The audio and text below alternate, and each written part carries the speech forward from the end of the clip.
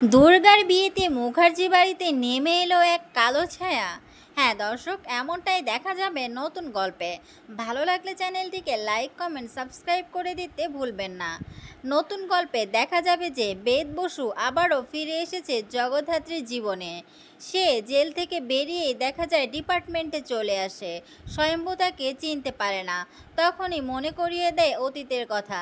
পিছনে তাকিয়ে দেখে জগদ্ধাত্রী। তখনই জগদ্ধাত্রীকে দেখে সে অনেক কিছুই শুনিয়ে দেয় আর কৌশিকীকে ফোন করে বলে দেয় যে জগদ্ধাত্রীকে সে মেরে ফেলবে।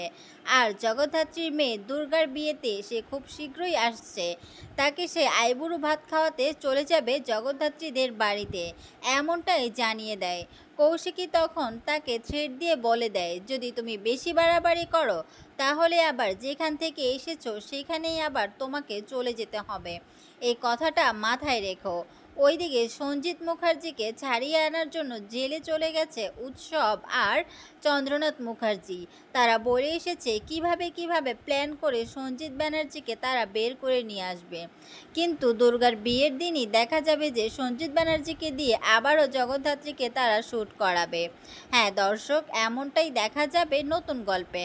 ভালো লাগলে চ্যানেলটিকে লাইক, কমেন্ট, সাবস্ক্রাইব করে দিতে ভুলবেন না।